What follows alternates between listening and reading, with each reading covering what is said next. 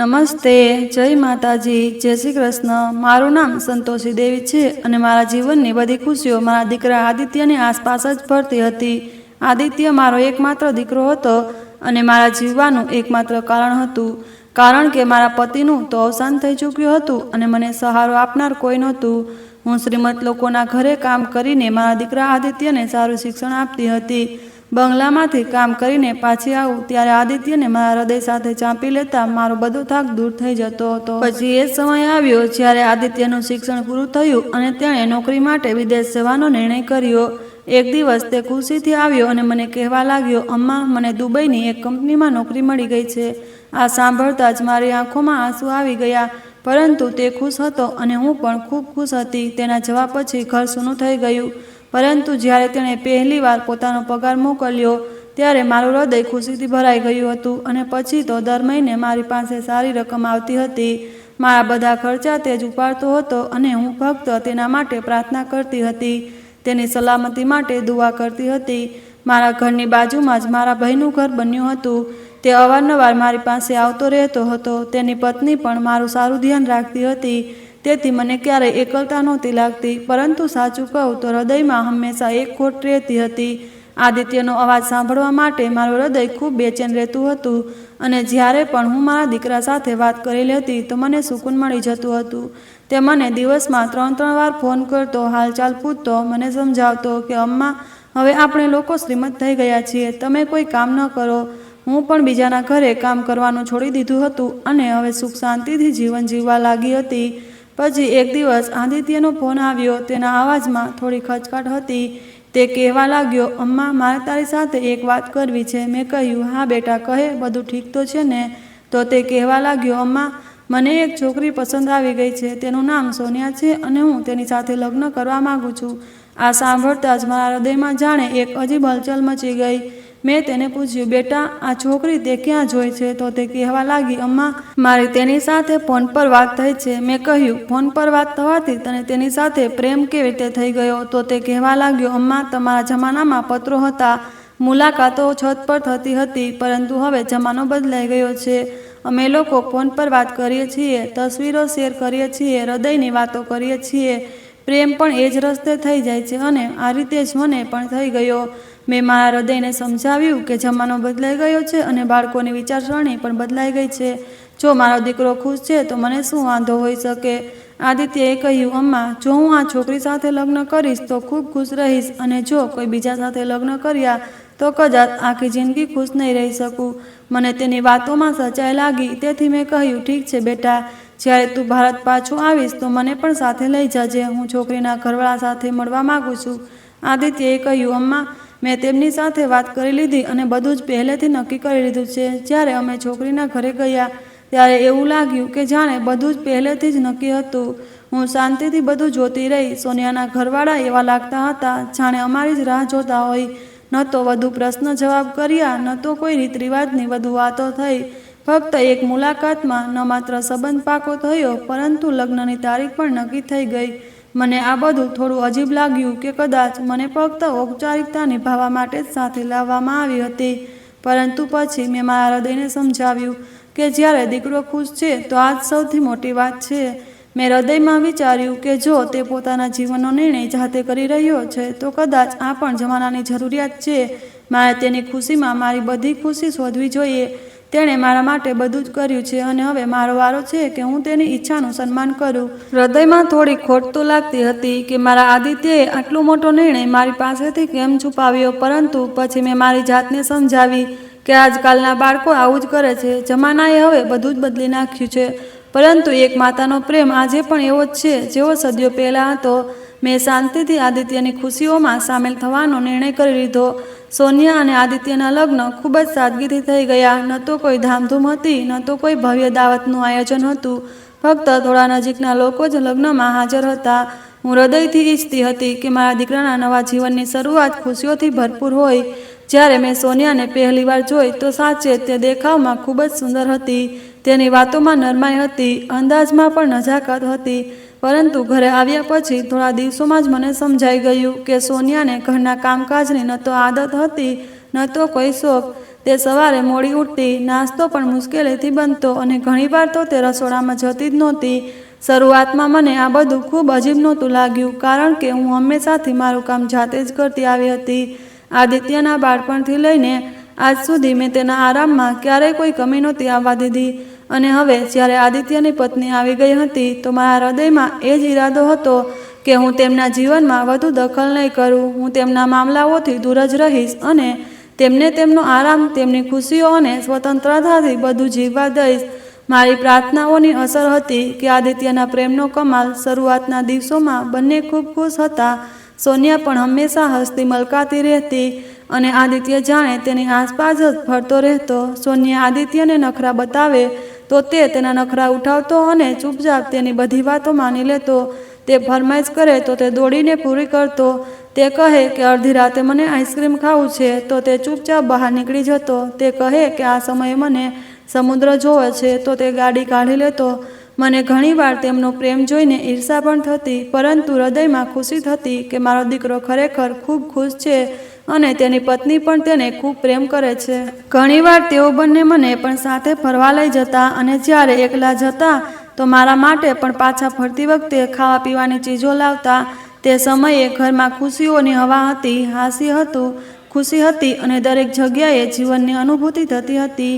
એક દિવસ મેં હસતા હસતા સોનિયાને કહ્યું, બેટા, હવે તું મને દાદી ક્યારે બનાવવાની છે? આ વાત મેં ફક્ત પ્રેમથી કહી હતી, કોઈ દબાણ કરવા માટે નહીં. પરંતુ સોનિયાએ ખૂબ ગંભીરતાથી જવાબ આપ્યો કે આ હજી અમારા પ્લાનમાં સામેલ નથી. જ્યારે અમારું મન થશે ત્યારે જ થશે.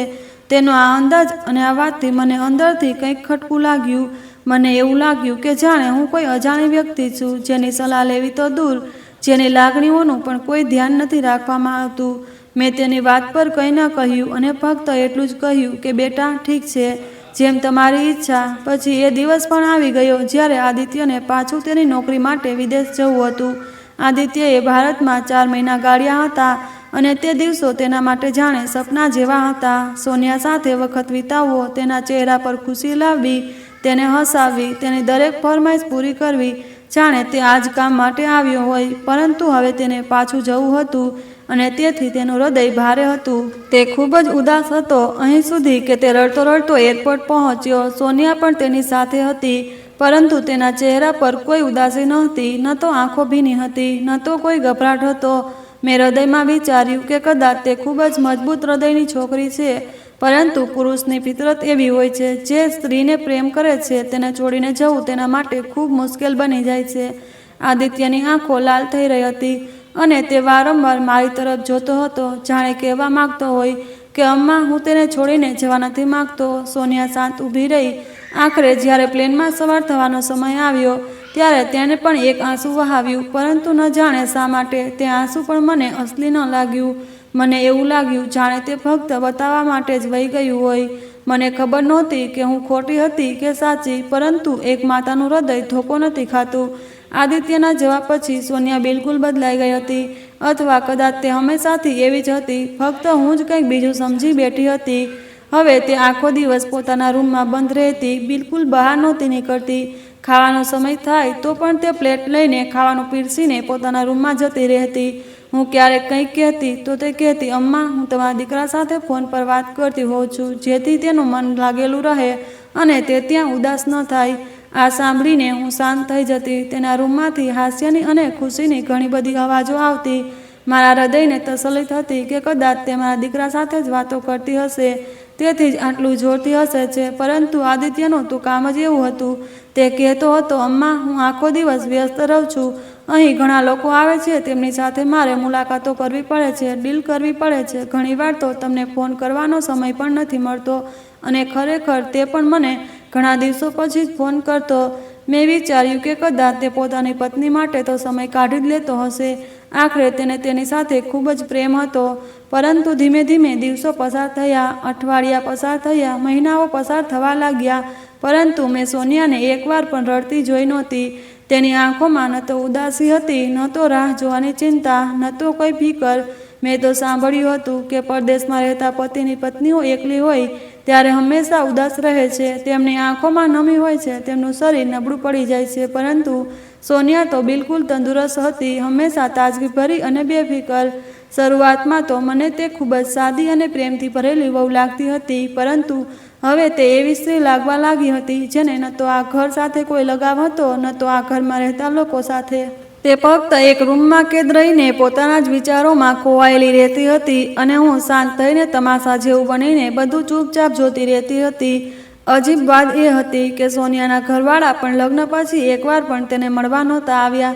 મેં ઘણીવાર તેને પૂછ્યું પણ કે બેટા, તારા મમ્મી પપ્પા ક્યારે આવશે તને મળવા અને તને ક્યારે લઈ જશે? તું તેમની પાસે જઈશ? તો તે દર વખતે એક જ જવાબ આપતી કે મમ્મીજી, તેઓ બંને ખૂબ વ્યસ્ત હોય છે, તેમની પાસે સમય જ નથી.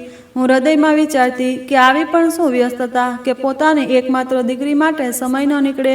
ન તો તેઓ ફોન પર વાત કરે, ન ક્યારેય મળવા આવે, ન તો તેને પોતાની પાસે બોલાવે. આ વાત મને શરૂઆતથી જ ખટકતી હતી, કારણ કે મેં જોયું છે કે જ્યારે દીકરીના લગ્ન થાય છે ત્યારે માતા પિતાનું હૃદય હંમેશા એ જ ઈચ્છે છે કે તેને ક્યારેક જુએ, તેની ખબર લે, તેને ગળે લગાવે, તેનું ધ્યાન રાખે. ખાસ કરીને જ્યારે દીકરીનો પતિ પરદેશ જાય ત્યારે માયકાનું મહત્વ તો વધુ વધી જાય છે. પરંતુ સોનિયા ન તો જાતે જતી હતી, ન તેમને આવવાની હજુ સુધી કોઈ ખબર આવી હતી. તે ફક્ત એક જ વાત દોહરાવતી રહેતી હતી કે મારા મમ્મી પપ્પા ખૂબ વ્યસ્ત રહે છે. એવું લાગતું હતું કે જાણે સોનિયાનું જીવન એક રૂમમાં સમેટાઈ ગયું હતું અને ફોન તેની આખી દુનિયા બની ગયો હતો. હું ક્યારેક કહેતી પણ કે ચાલ બેટા, થોડું બહાર ફરવા જઈએ, બજારમાંથી કંઈક લઈ આવીએ કે પાડોશમાં જઈને કોઈના હાલચાલ લઈ લઈએ. તો તે બહાનું બનાવી દેતી કે મારી તબિયત ઠીક નથી, કે આજે મને થોડી આળસ જેવું લાગે છે. સાચું કહું તો તેની આ વાતો અને તેનું વર્તન મને અંદરથી ખૂબ પરેશાન કરતા હતા, પરંતુ મેં ક્યારેય કંઈ ન કહ્યું. મેં વિચાર્યું કે કદાચ સમય સાથે બધું સારું થઈ જશે, અથવા કદાચ મારા મનમાં જ કોઈ ભ્રમ બેસી ગયો. સમય પસાર થતો રહ્યો. આદિત્યની ગેરહાજરીમાં આખું ઘર જાણે શાંત થઈ ગયું હતું. હું અવારનવાર તેની વસ્તુઓ જોતી અને મનોમન પ્રાર્થના કરતી કે તે હંમેશા સારો અને સલામત રહે અને ઝડપથી ઘરે પાછો આવે. પછી એક દિવસ આદિત્યનો ફોન આવ્યો અને તેણે કહ્યું, અમ્મા, હું થોડા દિવસો માટે ભારત પાછો આવું છું. આ સાંભળતા જ મારું હૃદય ખુશીથી ઝૂમી ઉઠ્યું. મારી આંખોમાં આંસુ આવી ગયા અને મેં ભગવાનનો આભાર માન્યો. સોનિયા તે સમયે નજીકમાં જ બેઠી હતી. જ્યારે આદિત્યએ જણાવ્યું તો તેનો ચહેરો બિલકુલ સામાન્ય હતો. ન તો કોઈ ખાસ ખુશી હતી, ન તો કોઈ આશ્ચર્ય. પરંતુ જે દિવસે આદિત્ય આવવાનો હતો તે દિવસે સવારથી જ સોનિયા ખૂબ વ્યસ્ત દેખાતી હતી. તે પાર્લર ગઈ, પાછી આવી ત્યારે તેણે નવો ડ્રેસ પહેર્યો હતો. વાળમાં સુંદર હેરસ્ટાઈલ બનાવીને સેટ કરી રાખી હતી, હળવું મેકઅપ કર્યું હતું અને જ્યારે તે તૈયાર થઈને રૂમમાંથી બહાર આવી તો ખરેખર ખૂબ જ સુંદર લાગતી હતી. મેં મનોમન કહ્યું કે ચાલો જે પણ હોય, પરંતુ આદિત્ય માટે તેના હૃદયમાં પ્રેમ તો છે ને. જ્યારે આદિત્ય ઘરે આવ્યો તો બંનેની ખુશી જોવાલાયક હતી. આદિત્ય મને જોઈને મારા ગળે લાગી ગયો અને કહેવા લાગ્યો, અમ્મા, હું તમને ખૂબ યાદ કરતો હતો. મેં પણ તેને હૃદયથી લગાવી લીધો અને મારા આંસુ છુપાવી લીધા. હજુ થોડા દિવસો જ થયા પસાર હતા કે આદિત્યએ કહ્યું, અમ્મા, અમે લોકો સિક્કિમ ફરવા જઈ રહ્યા છીએ. અમારો થોડો ફરવાનો પ્રોગ્રામ બની ગયો છે. મેં કહ્યું, બેટા, આ તો ખૂબ સારી વાત છે, પરંતુ મારા ઘૂંટણમાં ખૂબ દુખાવો રહે છે, તેથી મને સાથે ન લઈ જાઓ. તમે બંને ખુશીથી જાઓ. મેં વિચાર્યું કે લગ્ન પછી બંને હજુ સુધી એકલા ક્યાંય ફરવા નથી ગયા અને હવે કદાચ આ જ તેમનું હનીમૂન છે. તેથી મેં વધુ કોઈ સવાલ ન કર્યો. ન તો પૂછ્યું કે તમે ક્યારે જશો, ક્યારે પાછા આવશો, ન તો એ પૂછ્યું કે તમે મને સાથે કેમ નથી લઈ જતા. હું ફક્ત એટલું જ બોલી કે બેટા, ફક્ત હવામાનનું ધ્યાન રાખજો. વરસાદ ખૂબ થાય છે, રસ્તાઓ પણ લપસણા થઈ જાય, ક્યાંક કોઈ ખતરો ન હોય. તો આદિત્ય કહેવા લાગ્યો, અમ્મા, અમે એવી કોઈ જગ્યાએ નથી જઈ રહ્યા જ્યાં ખતરો હોય. અમે ત્યાં અમારી પોતાની ગાડીમાં ફરીશું અને જો અમને કંઈક એવું તેવું લાગશે તો અમે તરત પાછા આવી જઈશું. મેં બંનેને આશીર્વાદ આપીને વિદાય કર્યા. આદિત્ય મને વારંવાર ગળે લગાવતો રહ્યો. સોનિયા પણ મારા પગે લાગીને આશીર્વાદ લઈને નીકળી. પછી બંને ગાડીમાં બેસીને રવાના થઈ ગયા. તે પછી તેમની સાથે મારી ફક્ત એક જ વાર ફોન પર વાત થઈ. બંને ખૂબ ખુશ લાગતા હતા. મેં તેમના અવાજથી જ અંદાજો લગાવ્યો કે તેઓ ખરેખર ખૂબ મજા કરી રહ્યા છે. મેં જાણી જોઈને વધુ ફોન ન કર્યો કે તેમની ખુશીમાં કોઈ અડચણ ન બનું. ક્યાંક એવું ન થાય કે તેઓ વિચારે કે અમ્મા અમને વારંવાર તંગ કરે છે અને તેમને એક સાથે આરામથી વખત વિતાવવાનો મોકો જ નથી મળતો. પરંતુ તે દિવસથી મારું હૃદય નકામું જ ગભરાતું હતું. હૃદયમાં એક અજીબ બેચેની હતી જેનું કારણ સમજાતું નહોતું. મારી આંખોમાં વારંવાર આંસુ આવતા હતા અને અચાનક જ હું ભગવાનને પ્રાર્થના કરવા લાગતી હતી. હું દરેક સાંજની પૂજા પછી બંનેની સલામતી માટે પ્રાર્થના કરતી અને અંદરથી વિચારતી કે ન જાણે કેમ મારું હૃદય આટલું બેચેન થઈ રહ્યું છે. હું મારા હૃદયને સમજાવતી કે બધું ઠીક છે, પરંતુ તેમ છતાં ક્યાંક ને ક્યાંક એક અજાણી ચિંતા મારા હૃદયમાં હલચલ મચાવી રહી હતી. કદાચ માતાનું હૃદય હંમેશા સાચું જ બોલે છે અને હું ફક્ત આ હૃદયની સાંભળીને શાંતિથી ભગવાન સમક્ષ ઝૂકેલી હતી. મને યાદ છે તે દિવસ જાણે કાલની જ વાત હોય. હું દિવસે આંગણામાં બેઠી હતી અને વિચારતી હતી કે આદિત્યનો ફોન ક્યારે આવશે, હું તેનો અવાજ ક્યારે સાંભળીશ, તે મને ક્યારે કહેશે કે અમ્મા હવે બસ 2 દિવસ પછી હું પાછો આવું છું. આ વિચારતા વિચારતા જ અચાનક મારા ફોનની ઘંટડી વાગી. નંબર જોઈને મારું આશ્ચર્યની કોઈ સીમા ન રહ્યું, કારણ કે તે કોલ સોનિયાનો હતો. એક ક્ષણ માટે મને વિશ્વાસ જ ન થયો કે તે પણ મને ફોન કરી શકે, કારણ કે તે ઘરમાં મારી સાથે રહેતી હોવા છતાં મારી સાથે વધુ વાત નહોતી કરતી. અને હવે આટલી દૂર જઈને અચાનક તેને મારી યાદ કેવી રીતે આવી? મારી આંગળીઓ આપોઆપ કાપવા લાગી. હૃદય ઝડપથી ધડકી રહ્યું હતું. મને લાગ્યું કે કદાચ કોઈ સારા સમાચાર હશે, અથવા કદાચ તેણે મારા માટે કંઈક મોકલ્યું હશે, અથવા કદાચ બંને પાછા આવી રહ્યા હશે. પરંતુ જેવો જ મેં કોલ સાંભળ્યો અને સોનિયાનો અવાજ મારા કાને અથડાયો તો મને એવું લાગ્યું જાણે મારા પગ નીચેથી જમીન જ ખસી ગઈ હોય. સોનિયાનો અવાજ ખૂબ ભારે હતો, પરંતુ સ્પષ્ટ સંભળાતો હતો. તેને કહ્યું, મમ્મીજી, ખૂબ મોટું નુકસાન થઈ ગયું છે. મારા મોંમાંથી અચાનક ગભરાટથી નીકળી ગયું, શું થયું બેટા? તો સોનિયા કહેવા લાગી, અમે બંને એક ખૂબ જ સુંદર જગ્યાએ પહોંચ્યા હતા. અમે ત્યાં ઘણી બધી ફોટો ખેંચી, ત્યાં ખૂબ ઊંડી ખાઈ હતી. અમે ત્યાં ઊભા રહીને સેલ્ફી લઈ રહ્યા હતા કે અચાનક આદિત્યનો પગ લપસ્યો અને તે ખાઈમાં પડી ગયો. અને આ કહેતા તે રડવા લાગી, મમ્મીજી, તે હવે આ દુનિયામાં નથી રહ્યો. હું તો પથ્થર બની ગઈ. મારી જીભ જાણે લકવો થઈ ગઈ હતી. મને કંઈ સમજાતું જ નહોતું કે હવે હું આગળ શું પૂછું કે શું કહું. સોનિયા રડતી જ રહી કે આ ખાઈ એટલી ઊંડી હતી કે તેની લાશ પણ નથી મળી શકતી. ત્યાંના પ્રશાસને જણાવ્યું કે તેમની પાસે એવી કોઈ સુવિધા નથી કે આટલી ઊંડાઈમાં કોઈને બહાર કાઢી શકાય. કોઈ ત્યાં સુધી પહોંચી જ નથી શકતું. તેથી લાશને ત્યાં છોડી દેવામાં આવી. મારા કાનમાં જાણે કોઈએ પીગળેલો ગરમ કાચ રેડી દીધો હોય. હું તો બરબાદ થઈ ગઈ હતી. હું લૂંટાઈ ગઈ હતી. હું અંદરથી સંપૂર્ણપણે તૂટી ગઈ હતી. એક માતા માટે આનાથી મોટો આઘાત બીજો શું હોઈ શકે? તે પોતાના જવાન દીકરાની લાશ પણ ન જોઈ શકે, ન તો તેના ચહેરાને આખરી વાર સ્પર્શ કરી શકે, ન તેના માથા પર હાથ ફેરવી શકે. હું બસ પથ્થર બનીને બેઠી રહી. મારા શ્વાસ રૂંધાવા લાગ્યા. મારી આંખોમાંથી આંસુ વહેવા લાગ્યા. મેં ચીસો પાડવાનો ખૂબ પ્રયાસ કર્યો, પરંતુ અવાજ જાણે ગળામાંથી નીકળતો જ નહોતો. હૃદયમાંથી ફક્ત એક જ અવાજ આવતો હતો કે ના, આવું ન થઈ શકે. મારો આદિત્ય મને આમ છોડીને ન જઈ શકે. મારો દીકરો આમ અચાનક મને છોડીને કેવી રીતે જઈ શકે? 2 દિવસ પછી સોનિયા પાછી આવી અને આશ્ચર્યની વાત એ હતી કે તે બિલકુલ સામાન્ય લાગતી હતી. તે પોતે જ અહીં ગાડી ચલાવીને આવી હતી. તેના ચહેરા પર પણ કોઈ થાક કે દુઃખ દેખાતું નહોતું, જે આટલા મોટા હાદસા પછી કોઈની પણ આંખોમાં ઝલકે છે. તે આવી અને કહેવા લાગી, મમ્મીજી, હવે જે થવાનું હતું તે થઈ ગયું. તમે હિંમત રાખો. આ બધું તો નસીબમાં લખેલું હતું. અને પછી તેણે 2-4 આંસુ વહાવ્યા અને પાછી પોતાના રૂમમાં જતી રહી. હું હેરાન હતી કે આ બધું કેવી રીતે શક્ય છે. તેની આંખો સ્વચ્છ હતી. ચહેરા પર ન તો કોઈ ઉદાસી હતી, ન તો કોઈ પરેશાની. તે બસ કંઈ બોલ્યા વિના પોતાના રૂમમાં જઈને સૂઈ ગઈ.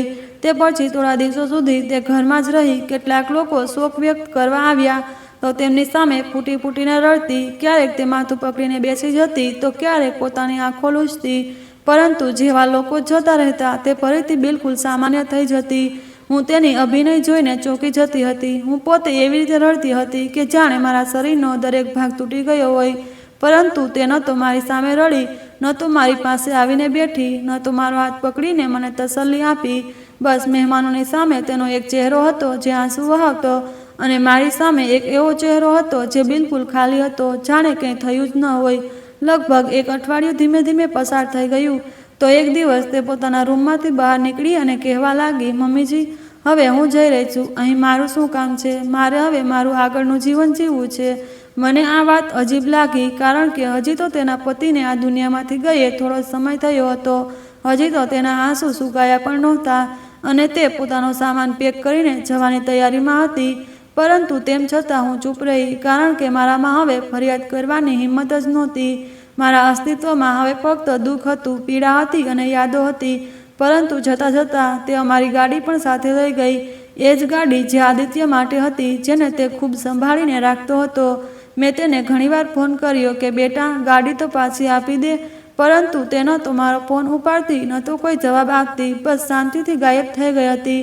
મને કંઈ બરાબર નહોતું લાગતું. મારું હૃદય વારંવાર કહેતું હતું કે ચોક્કસ કંઈક ખૂબ ખોટું થયું છે. મારો દીકરો જીવતો છે અથવા કંઈક એવું છે જે હજી સુધી છુપાયેલું છે. મારું હૃદય માનવા જ તૈયાર નહોતું કે આદિત્ય જેવો બાળક કંઈ કહ્યા વિના, કોઈ વાત જણાવ્યા વિના આ દુનિયામાંથી જઈ શકે. મેં નિર્ણય કર્યો કે હવે હું જાતે જઈશ તે જગ્યાએ જ્યાં આ હાદસો થયો હતો. જો મને કંઈ પણ ન મળે તો ઓછામાં ઓછું તે જગ્યાએ ઊભી રહીને હું મારા દીકરાને અંતિમ વિદાય તો આપી શકીશ. મેં તરત જ મારો સામાન પેક કર્યો અને સુનિલને મારી સાથે લીધો. સુનિલ મારા ભાઈનો મોટો દીકરો હતો, પરંતુ તે મને પોતાની માતાની જેમ જ માનતો હતો અને આદિત્યને પોતાના ભાઈની જેમ જ ચાહતો હતો. જ્યારે મેં તેને જણાવ્યું તો તેણે એક પળ માટે પણ ના ન પાડી, બલકે કહેવા લાગ્યો કે બુઆજી, હું તમને સાથે લઈને ત્યાં ચોક્કસ જઈશ. અમે બીજે દિવસે સિક્કિમ માટે નીકળી ગયા અને જ્યારે ત્યાં પહોંચ્યા તો એક હોટલ રૂમ લીધો અને સુનિલ કહેવા લાગ્યો, હવે તમે આરામ કરો, હું અહીંના લોકો સાથે પૂછપરછ કરી લઉં, કારણ કે આટલો મોટો હાદસો અહીં થયો હશે તો ચોક્કસ લોકોને તેની ખબર હશે. આ કોઈ નાનો વિસ્તાર નથી, અહીં કોઈ વાત છુપાતી નથી. તમે બિલકુલ ચિંતા ન કરો, હું બધું જાણી લઈશ. હું તેની આ વાત પર માથું હલાવીને રહી ગઈ, પરંતુ મારા હૃદયની ધડકનો ઝડપી થઈ ગઈ હતી.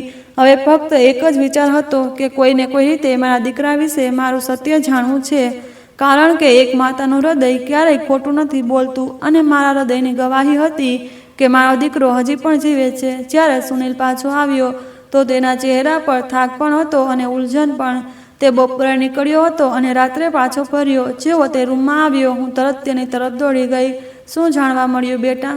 તેણે થોડી વાર શાંતિ ઓઢી રાખી, જાણે તે પોતે પોતાની અંદરની ઉલઝન સાથે ઉલઝી રહ્યો હોય. પછી તે ધીમેથી બોલ્યો, બુઆજી, જેવું સોનિયા ભાભીએ કહ્યું હતું કે અહીં એક ખાઈ છે અને તે ખરેખર ખૂબ ઊંડી પણ છે, પરંતુ મેં ત્યાં જઈને જે પણ માહિતી એકઠી કરી તે બધી વાતો કોઈ બીજી જ દિશા તરફ ઇશારો કરી રહી હતી.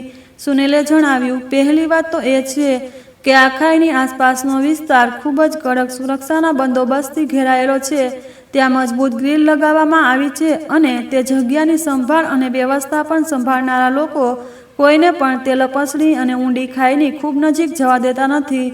આ ગ્રીલ ઘણા વર્ષો પહેલાં લગાવવામાં આવી હતી, કારણ કે આ જગ્યા ખતરનાક હોવાને લીધે અગાઉ પણ કેટલાક હાદસાઓ થયા હતા, પરંતુ તે પછીથી વ્યવસ્થાપન દ્વારા સંપૂર્ણ બંદોબસ્ત કરવામાં આવ્યો છે અને હવે કોઈ વ્યક્તિ ત્યાં એટલી નજીક જઈ જ નથી શકતું કે અચાનક તેનો પગ લપસી જાય અને તે નીચે પડી જાય. પછી તે બોલ્યો, અને બીજી વાત જે મને વધુ આશ્ચર્યજનક લાગી તે એ છે કે જ્યારે મેં આસપાસ રહેતા લોકોને પૂછ્યું કે શું અહીં તાજેતરમાં કોઈ હાદસો થયો છે, કોઈ વ્યક્તિ પડ્યું કે ખાઈમાં પડવાથી કોઈનું મૃત્યુ થયું છે, તો બધાએ એક જ જવાબ આપ્યો કે છેલ્લા 4-5 વર્ષમાં અહીં આવો કોઈ હાદસો નથી થયો. જો આવું કંઈક થયું હોય તો અમને ચોક્કસ ખબર પડી હોત, કારણ કે આ જગ્યા નાની છે, અહીં કંઈ પણ છુપાતું નથી. નાની નાની વાત પણ જો બની જાય તો તે આખા વિસ્તારમાં સનસની બનીને ફેલાઈ જાય છે. મેં સુનિલની વાતો સાંભળી તો મારા હૃદયમાં જાણે એક ચિંગારી સળગી ઉઠી, એક આશા જાગી ઉઠી. મેં તેની તરફ જોઈને કહ્યું, સુનિલ, જો આવું છે તો તેનો અર્થ એ થયો કે સોનિયાએ જૂઠું બોલ્યું અને આદિત્ય સાથે કંઈક બીજું જ બન્યું છે. એનો અર્થ એ કે તે ખાઈમાં પડ્યો જ નથી, તે મર્યો જ નથી, તે ક્યાંક જીવે છે અને બસ આપણાથી છુપાવવામાં આવ્યો છે. કદાચ આપણા દીકરા સાથે કોઈ મોટું ષડયંત્ર થયું છે, કદાચ તે આપણને કોઈ જાળમાં ફસાવી રહી છે. સુનિલે મારો હાથ પકડ્યો અને કહ્યું, બુઆજી, તમારી વાતમાં મને પણ સચ્ચાઈ લાગે છે, પરંતુ તમે જાતે વિચારો, જો આદિત્યભાઈ જીવે છે તો પછી અત્યાર સુધી તેમને આપણી સાથે કેમ સંપર્ક નથી કર્યો? તે કોઈ નાનું બાળક તો નથી કે રસ્તો ભૂલી ગયા હોય. તે એક સમજદાર માણસ છે જે ઘણા વર્ષો સુધી વિદેશમાં રહ્યા છે. તે દરેક પ્રકારની મુશ્કેલીઓ જાણે છે, રસ્તાઓ ઓળખે છે. જો તે ક્યાંક હોત તો કોઈને કોઈ રીતે આપણા સુધી પહોંચી જ ગયા હોત, અથવા કોઈની મદદ લીધી હોત, અથવા ઓછામાં ઓછું ફોન કરીને આપણને તસલ્લી આપી તો હોત કે તે ઠીક છે. આ જ વાત એ હતી કે જે મારા હૃદયમાં સૌથી વધુ ઘાયલ કરી રહી હતી. જો મારો દીકરો જીવે છે તો તેણે અમને અત્યાર સુધી યાદ કેમ ન કર્યા? મેં તો તેને બાળપણથી જ આંગળી પકડીને ચાલતા શીખવ્યું હતું, દરેક સુખ દુઃખમાં તેનો સાથ આપ્યો હતો. શું તે મને આટલી સરળતાથી ભૂલી શકે? શું તે નથી જાણતો કે હું તેના વિના દરેક ક્ષણે મરી રહી છું, તડપી રહી છું? આ બધા વિચારો મારા હૃદયને સતત તોડી રહ્યા હતા, પરંતુ મારું હૃદય હજી પણ કહેતું હતું કે કંઈક ને કંઈક ગડબડ ચોક્કસ છે. પછી એક બીજા સમાચારે મને ચોંકાવી દીધો. સુનિલે જણાવ્યું કે સોનિયાએ તે ગાડી પણ વેચી દીધી જે આદિત્યની જાન હતી, એ જ ગાડી જેના માટે અમે બેંકમાંથી લોન લીધી હતી. મહિનાઓની મહેનત પછી આદિત્યએ તે ગાડી ખરીદી હતી અને સોનિયાએ અમને પૂછ્યા વિના તેને વેચી દીધી. અને સૌથી દુઃખની વાત તો એ હતી કે તે લોકોને એ પણ કહેતી હતી કે આ ગાડી તેના પતિએ તેને મોં દેખાઈમાં ગિફ્ટ તરીકે આપી હતી. જો કે અમને સારી રીતે યાદ હતું કે આવી કોઈ વાત ક્યારેય બની જ નહોતી. આ બધું સાંભળીને મારા હૃદયમાં એક ડર બેસી ગયો કે કદાચ હવે તેની નજર આદિત્યના ઘર પર હશે. કદાચ તે સમજતી હશે કે આદિત્ય તો હવે ગયો, હવે આ બધું તેનું છે, આ ગાડી, આ ઘર, આ સામાન. આ વિચારે હું કાંપી ઉઠી. મારા આંખો સામે જાણે અંધારું છવાઈ ગયું. મારો દીકરો ન જાણે ક્યાં છે અને તેની પાછળ બધા તેના નામની ચીજો પર કબજો કરવાના સપના જોવે છે. મારી પાસે આદિત્યની ઘણી બધી તસવીરો હતી જે દરેક માતા પોતાના દીકરાની દરેક ક્ષણની યાદો તરીકે સાચવી રાખે.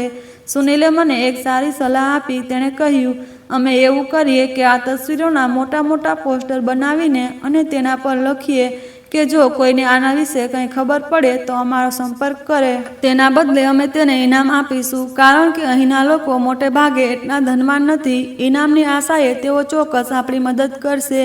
અમે બંનેએ નિર્ણય કર્યો કે હવે થોડા દિવસો સુધી અમે અહીં રહીને જ આ કામ કરીશું. બીજે દિવસે અમે બજારમાંથી જઈને કેટલીક તસવીરો પ્રિન્ટ કરાવી, તેના પર ઓળખ અને માહિતી લખાવી અને વિવિધ જગ્યાઓએ તે પોસ્ટર લગાવવાનું શરૂ કર્યું. અમે હોટલની બહાર, દુકાનોના શટર પર, ચોક અને બજારોમાં તે તસવીરો ચિપકાવી દીધી અને લોકોને હાથ જોડીને વિનંતી કરી કે જો આના વિશે કંઈ ખબર પડે તો અમને જાણ કરજો. અમે અમારો ફોન નંબર પણ સાથે લખ્યો હતો જેથી કોઈ સરળતાથી અમારો સંપર્ક કરી શકે. ધીમે ધીમે સમય પસાર થવા લાગ્યો.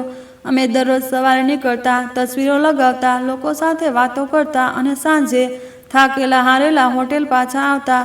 હું દરરોજ ભગવાનને પ્રાર્થના કરતી કે કદાચ આજે કોઈ ફોન આવે, પરંતુ દિવસો પસાર થઈ રહ્યા હતા અને કોઈ કોલ નહોતો આવતો. અમને અહીં રહેતા લગભગ 15 દિવસ થઈ ગયા હતા. મારા હૃદયની હાલત એવી હતી જેવી કોઈ વેરાન સ્મશાનમાં હોય, શાંત અને રંગ વિનાની. હું દરરોજ ભગવાન સમક્ષ માથું ઝુકાવીને રડતી રડતી મારી જોડી ફેલાવતી, તેમની પાસે મારા દીકરાને માંગતી, રોજ ગીડગડાઈને પ્રાર્થના કરતી કે હે ભગવાન, મને મારો દીકરો પાછો આપો. હું જીવનભર તમારી ઋણી રહીશ, તમારા દરવાજે માથું ઝુકાવીશ, તમારા નામે ગરીબોને ખાવાનું ખવડાવીશ. બસ મારો દીકરો મને પાછો મળી જાય. અમને ત્યાં રહેતા લગભગ 1 મહિનો થઈ ગયો હતો. દિવસ અને રાત બધું એક સરખું થઈ ગયું હતું. સવારે અમે આશા સાથે ઉઠતા અને સાંજે નિરાશા સાથે સૂઈ જતા. મેં દરેક દરવાજો ખખડાવ્યો હતો, દરેક મંદિર સમક્ષ હાથ ફેલાવ્યા હતા, દરેક જગ્યાએ પ્રાર્થના કરી હતી, હોટલમાં જઈને તસવીરો બતાવી, બજારોમાં ચીસો પાડીને મારા દીકરાની ઝલક શોધી, પરંતુ મને કંઈ જ ન મળ્યું. સુનિલ પણ હવે થાકવા લાગ્યો હતો. તેની આંખો નીચે કાળા ડાઘ પડવા લાગ્યા હતા અને મારા ચહેરા પર દરરોજ એક નવી કરચલી ઉભરી આવતી હતી. એક દિવસ તેણે મારો હાથ પકડ્યો અને ખૂબ નરમાઈથી કહ્યું, બુઆજી, હવે આપણે પાછા ચાલવું જોઈએ. તમારી તબિયત પણ દિવસે ને દિવસે ખરાબ થતી જઈ રહી છે અને ખૂબ ઠંડી છે. તમે ખાવાનું પણ બરાબર નથી ખાતા અને સૂવાનું પણ છોડી દીધું છે. મેં અહીં પોલીસ સ્ટેશનમાં રિપોર્ટ નોંધાવી દીધી છે. તસવીરો પણ જગ્યાએ જગ્યાએ લગાવી દીધી છે. અખબારમાં પણ આ સમાચાર છપાવ્યા છે અને હું વચન આપું છું કે દર મહિને હું જાતે અહીં આવીને તમારા દીકરા વિશે પૂછપરછ કરતો રહીશ. પરંતુ હમણાં માટે આપણે પાછા ચાલવું જોઈએ. મેં ખૂબ મુશ્કેલીથી તેને હા પાડી. મારું હૃદય જાણે તૂટી રહ્યું હતું, પરંતુ હવે બીજું કંઈ કરવા માટે બાકી નહોતું. અમે અમારો સામાન સમેટ્યો, બેગ બાંધી, સુનિલે સામાન ઉપાડ્યો અને હું ધીમે ધીમે તેની સાથે ચાલતી બસ સ્ટેન્ડ તરફ રવાના થઈ. મારા પગલાં જાણે કોઈ ભારે બોજથી ભારે થઈ ગયા હતા. હૃદયની અંદર જાણે તોફાન બંધ હતું અને બહાર ચહેરા પર શાંતિની ચાદર ફેલાયેલી હતી. અમે બસ સ્ટેન્ડ પર પહોંચ્યા. ત્યાં જ મેં એક તરફ જોયું જ્યાં કેટલાક ભિખારી ઊભા હતા. એક ભિખારી ત્યાં ભીખ માંગી રહ્યો હતો. તેની દાઢી હદથી વધુ લાંબી થઈ ગઈ હતી. તેના કપડાં પણ એટલા ગંદા અને ફાટેલા હતા કે તેના શરીરના ઘણા ભાગો સ્પષ્ટ દેખાતા હતા, પરંતુ તેનું શરીર જોવામાં જવાન લાગતું હતું. જાણે તે કોઈ 30-32 વર્ષનો પુરુષ હોય. મેં એક નજર નાખી, પછી બીજી વાર જોયું અને પછી મારી આત્મા જાણે કાંપી ઉઠી. હું તેની આંખોમાં જોઈ રહી હતી અને તે આંખો મારા માટે કોઈ અજાણી નહોતી. હું આગળ વધી અને ચીસ પાડી, એ મારો દીકરો છે, મારો દીકરો. હું દોડતી ગઈ અને તેને ગળે લગાવી લીધો. મારા આંસુ તેના ચહેરા પર પડવા લાગ્યા. ત્યાં લોકો આ બધું જોઈને આસપાસ ભેગા થવા લાગ્યા. કેટલાક લોકો કહેવા લાગ્યા, આ સ્ત્રી શું કરે છે? તો સુનિલે આગળ વધીને બધાને જણાવ્યું, આ કોઈ ભિખારી નથી, આ એમનો ગુમ થયેલો દીકરો છે જે ગયા મહિનેથી ગાયબ હતો. સુનિલે બધાને સત્ય જણાવ્યું. પરંતુ આશ્ચર્યની વાત એ હતી કે આદિત્ય અમને ઓળખી શકતો નહોતો. એ અમારી તરફ જોતો તો હતો, પરંતુ જાણે અમને યાદ કરવાનો પ્રયાસ કરતો હોય અને પછી નજર ચોરી લેતો. જ્યારે પણ હું તેને વારંવાર બોલાવતી અને ગળે લગાવતી તો તે થોડો ખચકાતો અને પછી શાંત થઈ જતો. અમે તેને તરત જ અમારી સાથે લઈને હોટલ પર પાછા આવ્યા. આદિત્યનું શરીર ઠંડુ હતું અને તે જાણે હોશમાં જ ન હતો. અમે તેને સારી રીતે નવડાવ્યો, તેના વાળ કપાવ્યા. સુનિલે જાતે તેની દાઢી બનાવી અને તેને સ્વચ્છ કપડાં પહેરાવ્યા. જ્યારે અમને તેને ખાવાનું કહ્યું તો તે ખાલી આંખોથી અમારી તરફ જોતો રહ્યો. પછી તેણે ધીમે ધીમે એક નિવાળો ઉપાડ્યો અને ખાવા લાગ્યો. જ્યારે મેં તેણે પૂછ્યું, બેટા ઓળખ, હું કોણ છું? તો તે મારા ચહેરાને ધ્યાનથી જોતો રહ્યો અને પછી અચાનક રડવા લાગ્યો અને બોલ્યો, તું તો મારી અમ્મા છે. અને એટલું કહેતા જ તે બેહોશ થઈ ગયો. આ જોઈને અમે ગભરાઈ ગયા. તરત જ તેને નજીકના ડૉક્ટર પાસે લઈ ગયા. ડૉક્ટરે તેનું ચેકઅપ કર્યું અને કહ્યું, આને ખૂબ ગંભીર આઘાત લાગ્યો છે. તેનું મગજ કોઈ જબરદસ્ત ઝટકાને કારણે હવે સામાન્ય હાલતમાં નથી. પછી ડૉક્ટરે તેને દવાઓ આપી જેથી તેના હૃદય અને મગજને થોડું સુકૂન મળે. અમે તેને પાછો હોટેલ લઈ આવ્યા અને દવા આપી અને મેં પ્રેમથી તેના વાળ સહેલાવ્યા અને પૂછ્યું, બેટા તારી સાથે શું થયું હતું? આ બધું કેવી રીતે થયું? તું અત્યાર સુધી ક્યાં હતો? તું રસ્તા પર ભિખારી બનીને આ રીતે ભીખ કેમ માગતો હતો? અને મારા આંસુ તેના વાળમાં પડી રહ્યા હતા. ક્યાં હતો મારો દીકરો જે દુબઈમાં રિયલ એસ્ટેટ કંપનીમાં મેનેજર હતો, જે ખૂબ હેન્ડસમ હતો, સમજદાર હતો, જે બ્રાન્ડેડ સૂટ પહેરતો હતો, ચમકતી ગાડીમાં બેસતો હતો, એક શાનદાર વ્યક્તિત્વનો માલિક હતો? તે હવે આ રીતે ગંદી હાલતમાં ન નહાયેલો, આટલી ખરાબ સ્થિતિમાં અહીં ખૂણે રસ્તા પર ભીખ માંગતો બની ગયો. આખરે તેની સાથે એવું શું થયું હતું? કોણ તેને આ હાલત સુધી પહોંચાડ્યો? મારા સવાલ પર થોડીવાર તો શાંતિ રહી. પછી આદિત્યએ ધીમે ધીમે બોલવાનું શરૂ કર્યું. તે કહેવા લાગ્યો, અમ્મા, હું અહીં સોનિયા સાથે આવ્યો હતો. અમે બંને ખૂબ ખુશ હતા. મેં તેના માટે સૌથી શાનદાર રૂમ લીધો હતો. સુંદર નજારાવાળી જગ્યાએ અમે ફોટા પણ ખેંચ્યા, ખૂબ ફર્યા. પરંતુ હોટેલમાં 3-4 છોકરાઓ પણ હતા જે વારંવાર સોનિયાને ઘૂરતા અને તેને જોઈને પોતાના કાનમાં કંઈક વાતો કરવા અને પછી હસતા. મને શરૂઆતમાં શંકા થઈ, પરંતુ મેં તેને અવગણી. પરંતુ એક રાતે મારો ધીરજનો બાંધ તૂટી ગયો. હું તેમની પાસે ગયો અને કઠોર લહેકામાં કહ્યું, આખરે તમને શું મુશ્કેલી છે? તમે વારંવાર મારી પત્નીને કેમ જોવો છો? આ સાંભળીને તે લોકો હસવા લાગ્યા અને કહેવા લાગ્યા, પત્ની તો હવે તારી હશે, પરંતુ આ પહેલાં તો આ અમારી હતી. આ એ જ સોનિયા છે જે મોટા મોટા શહેરોમાં ખાનગી પાર્ટીઓમાં નાચતી હતી, મુજરો કરતી હતી. તે એક તવાયફ સાથે લગ્ન કર્યા છે. અમને તો આશ્ચર્ય છે કે તને કંઈ ખબર જ નથી પડી. હું તેમની વાતોને જૂઠી માનવાનો પ્રયાસ કરતો હતો, પરંતુ તેમણે મને એક વિડીયો બતાવ્યો જેમાં સોનિયા એક પ્રોગ્રામમાં ખોટા પ્રકારના કપડામાં નાચતી હતી. મારા શરીરનું લોહી એકદમ સફેદ થઈ ગયું. મારા પગ નીચેથી જમીન ખસી ગઈ. પછી મેં મારી જાતને સંભાળી અને વિચાર્યું કે શક્ય છે કે આ તેનો ભૂતકાળ હોય અને હું તેને તેના ભૂતકાળ સાથે સ્વીકારી લઈશ. પરંતુ જ્યારે મેં સોનિયા સાથે આ વિશે વાત કરી તો તેણે હસતા હસતા કહ્યું, તું તો મારો શિકાર હતો. મેં તારી સાથે લગ્ન એટલા માટે કર્યા હતા કે હું તારા નામે ઘર અને ગાડી લઈ શકું. હવે હું કોઈ બીજા પાસે જઈ રહી છું. તારી હેસિયત તો તારા માટે એક તકની શોધ જેવી હતી જેના પર ચડીને હું આગળ નીકળી શકું. અમ્મા, હું તો લૂંટાઈ ગયો, બરબાદ થઈ ગયો. મેં પહેલીવાર કોઈની સાથે આટલો પ્રેમ કર્યો હતો અને તેણે જ મને તબાહ કરી દીધો. એ તો એક બજારૂ સ્ત્રી હતી અને મેં તેને મારું હૃદય આપી દીધું. મેં તેને ઇજ્જત આપી, મારું નામ આપ્યું અને તેણે મને માટીમાં મેળવી દીધો. હું સિસકીઓ લઈ રહી હતી. આદિત્યના આંસુ મારા હૃદયમાં તીર બનીને ઘૂસી રહ્યા હતા. તે મારા હૃદય પર માથું રાખીને રડતો હતો અને હું તેની પીઠ સહેલાવતી રહી. આદિત્યની વાતો સાંભળીને મારું હૃદય વારંવાર તૂટી રહ્યું હતું. તેના અવાજમાં એવું દુઃખ હતું જે કોઈ પણ માતા સાથે સહન કરવું ખૂબ મુશ્કેલ હોય. જ્યારે તે બોલતો હતો ત્યારે તેની આંખો સતત નમ હતી અને હું તેના વાળ સહેલાવતી રહી. મારા આંસુ પણ તેના ચહેરા પર પડતા હતા. જ્યારે તેણે જણાવ્યું કે સોનિયાને બધું ખબર હતું કે તે સમયે મારા મગજની હાલત ઠીક નહોતી. મને બધું સમજાવવામાં વખત લાગતો હતો. મારા હોશો હવાસ મારા કાબૂમાં નહોતા અને એવા સમયે પણ હું તેને સહારો આપવાને બદલે ગલીઓમાં છોડી દીધો તો મારા હૃદયમાં જાણે એક કાંટો ઘૂસી ગયો. આદિત્ય કહેતો હતો તેણે મને હોટેલમાં છોડી દીધો જ્યારે હું કોઈ કામનો નહોતો. મારી પાસે હોટલવાળાને આપવાને માટે પૈસા પણ નહોતા. તેઓ રોજ મારી પાસે પૈસા માગતા અને હું ચૂપચાપ માથું ઝુકાવીને બેસી રહેતો. થોડા દિવસો પછી તેમણે મને ધક્કા મારીને હોટલમાંથી બહાર કાઢી દીધો. હું ઠંડીમાં નજના પગે ગલીઓમાં ફરતો રહ્યો. ક્યારેક દરવાજે બેસી જતો તો ક્યારેક દુકાનની બહાર ઊભો રહેતો. લોકો ભીખ આપી દેતા તો હું થોડું ખાઈ લેતો, નહીં તો એમ જ પડ્યો રહેતો. માં એ સ્ત્રી ખૂબ જ નિર્દય હતી. તેણે મારી સાથે એવું ઘણું કર્યું જે કદાચ દુશ્મન પણ ન કરે.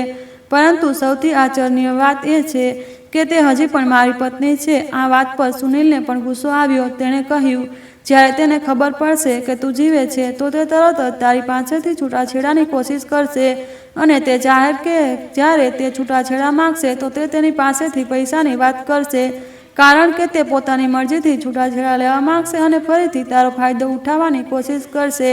ત્યારે આદિત્યએ ધીમેથી કહ્યું, પરંતુ હું તેને છૂટાછેડા નહીં આપું અને જો તે છૂટાછેડા માગશે તો તે પણ કંઈ હાંસલ નહીં કરી શકે, કારણ કે હું તેની અસલિયત અદાલત સમક્ષ રજૂ કરીશ.